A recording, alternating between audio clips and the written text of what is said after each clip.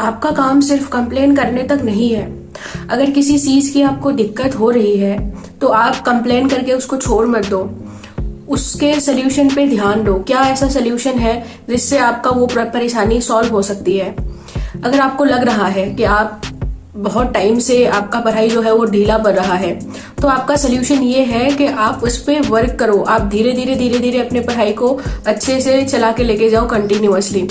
अगर आपको लगता है कि कहीं पे आपका मार्क्स कम आ रहा है, कहीं पे आप कम टाइम किसी सब्जेक्ट पे कम टाइम डिवोट कर रहे हो, तो आप एक रूटीन बनाओ, एक शेड्यूल बनाओ कि आप उसको उस सब्जेक्ट को ज्यादा टाइम दे सकते हो। कोई भी परेशानी हो आपको, यूपीएससी के जर्नी में हो या किसी भी कॉम्पिटिटिव एग्जाम में हो, अगर आपको परेशानी दिख रही है तो आप उसका सोल्यूशन ढूंढो।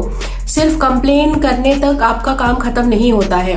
कंप्लेन जिस चीज के लिए है, दिक्कत जिस चीज के लिए है, आप उसको करो, लेकिन उसके साथ सोल्यूशन पे भी ध्यान दो। जब आप सोल्यूशन निकालते हो तब आपका माइंड सोल्यूशन ओरिएंटेड हो जाता है। और एक ऑफिसर भी ऐसे ही होते हैं, उसका माइंड सोल्यूशन ओरिएंटेड होते हैं। इसीलिए वो एक डिस्ट्रिक्ट कलेक्टर, डिस्ट्रिक्ट मजिस्ट्रेट जो होते हैं, आईएएस आईपीएस जो होते हैं, वो एक जिले का मालिक होता है, एक डिस्ट्रिक्ट का मालिक होता है। वो इसीलिए क्योंकि उस डिस्ट्रिक्ट में जो लोग हैं वो भी इंसान है और एक ऑफिसर भी इंसान है, लेकिन उन लोगों से ये आईएएस आईपीएस जो होते हैं, ऑफिसर जो होते हैं, ये अलग इसीलिए है क्योंकि हमारे जैसे जो पॉपुलेशन है, हम तुरंत रो देते हैं, परेशान हो जाते हैं, डिमोटिवेट हो जाते हैं, डाउन हो जाते हैं। लेकिन यहाँ तक सिर्फ काम खत्म नहीं है। अगर जिस वजह से आप डिमोटिवेट हो, दुखी हो, टेंशन में हो, परेशानी हो, कुछ भी हो, तो आप उसको सोल्यूशन तक लेके जाओ।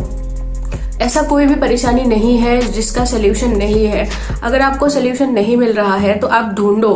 और एक बात है, अगर आप किसी चीज को सही करना चाहते हो, तो कुछ गलत दिख रहे हो आप, तो उसको सही करने की कोशिश करो। अगर सही नहीं कर पाते तो उस चीज को देखने का नजरिया बदल दो या फिर इग्नोर कर दो और अपने काम में लग जाओ।